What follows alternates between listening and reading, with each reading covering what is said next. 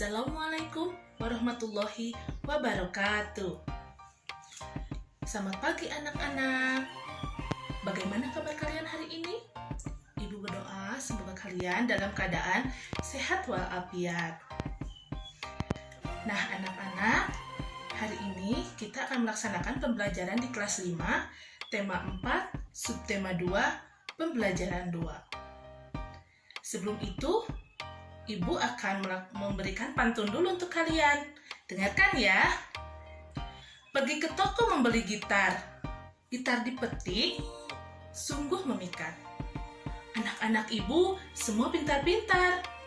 Masuk kelas tanpa terlambat. Pagi-pagi berolahraga. Keliling kampung, berlari-lari. Kalau belajar, perlu berdoa agar kita berilmu tinggi. Nah, sekarang kita mulai pembelajaran hari ini dengan ucapan Bismillahirrahmanirrahim. Anak, pada pembelajaran sebelumnya kalian sudah mengenal apa itu pantun. Sekarang kita akan belajar tentang apa itu ciri-ciri pantun. Apa ciri-ciri pantun anak-anak? Ya, betul. Ciri-ciri pantun adalah yang pertama, memiliki rima a atau AB. Yang kedua, terdiri dari 4 baris dalam satu bait. Yang ketiga, baris pertama dan kedua disebut sampiran, dan baris ketiga dan keempat disebut isi. Yang kelima, satu baris terdiri dari 8 dan 12 suku kata. Kita lanjut ya anak-anak. Sekarang kita akan mengenal organ-organ peredaran darah manusia. Apa saja organ-organ peredaran darah manusia? Ada yang tahu? Ya, betul. Organ-organ darah peredaran manusia terdiri dari 1. Pembuluh darah, 2. Jantung, dan ketiga, darah. Nah, untuk penjelasannya, kalian harus menyimak video yang akan Ibu tampilkan. Jangan lupa disimak ya.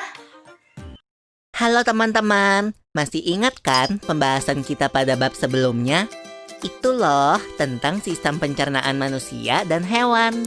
Nah, hari ini Mama bantu kita ya buat membahas tentang sistem peredaran darah pada manusia. Oke, Pipo. Teman-teman, kalian ingat kan? Kalau proses pencernaan makanan menghasilkan sari makanan. Sari-sari makanan hasil proses pencernaan akan diedarkan ke seluruh bagian tubuh untuk dimanfaatkan. Nah, bagian tubuh yang memiliki tugas untuk mengangkut dan mengedarkan sari makanan adalah darah. Selain itu, darah juga berfungsi mengedarkan oksigen dan karbon dioksida hasil pernafasan. Betul, Pipo. Jadi, darah itu punya 2 fungsi buat tubuh kita. Darah berfungsi untuk mengangkut dan mengedarkan sari makanan hasil proses pencernaan ke seluruh tubuh. Selain itu, darah juga berfungsi mengedarkan oksigen dan karbon dioksida hasil pernapasan. Peredaran atau aliran darah di dalam tubuh manusia terjadi melalui organ peredaran darah, yaitu jantung dan pembuluh darah. Jantung adalah organ tubuh yang berfungsi untuk memompa darah ke seluruh tubuh.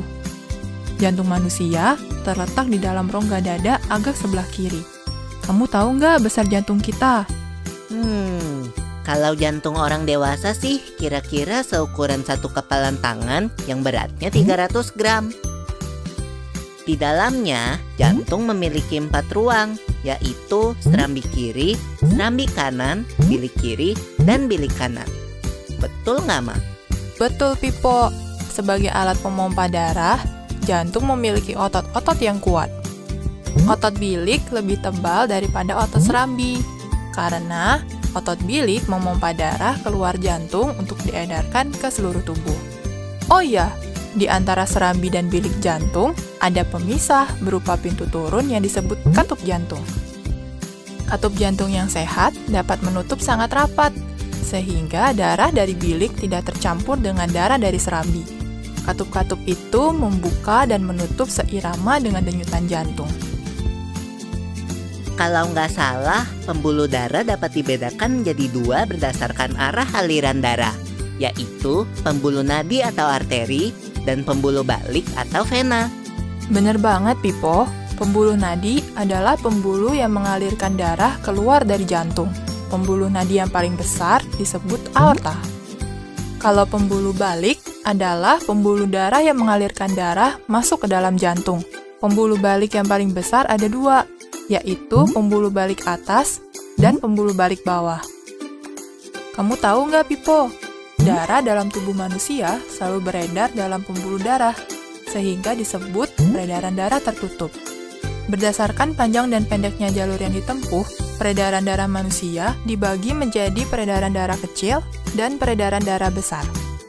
Peredaran darah kecil berlangsung dari jantung ke paru-paru, kemudian kembali ke jantung lagi.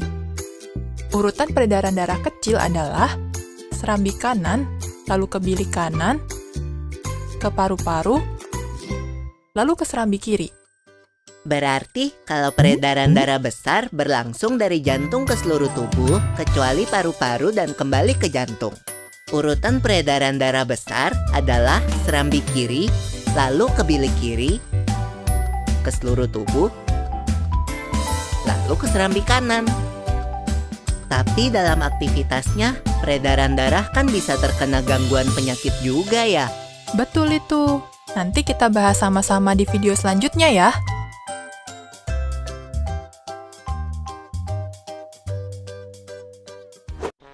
Setelah kalian mengetahui organ peredaran darah manusia, kalian juga harus mengetahui gangguan-gangguan peredaran darah manusia. Yang pertama, anemia. Anemia adalah rendahnya kadar hemoglobin di dalam darah. Yang kedua, tekanan darah rendah atau hipotensi. Hipotensi adalah penurunan tekanan darah. Yang ketiga, tekanan darah tinggi atau hipertensi. Hipertensi adalah naiknya tekanan darah yang diakibatkan oleh penyempitan pembuluh darah. Yang keempat adalah kanker darah atau leukemia. Leukemia adalah gangguan kelebihan sel darah putih yang mengakibatkan sel darah putih memakan sel darah merah. Yang kelima, jantung koroner, yaitu penumpukan lemak darah atau kolesterol pada arteri koronaria.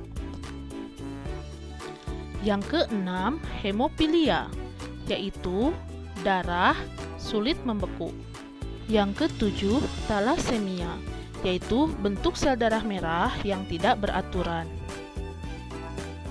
Usaha-usaha pencegahan terhadap gangguan alat peredaran darah ialah dengan melakukan pola hidup sehat.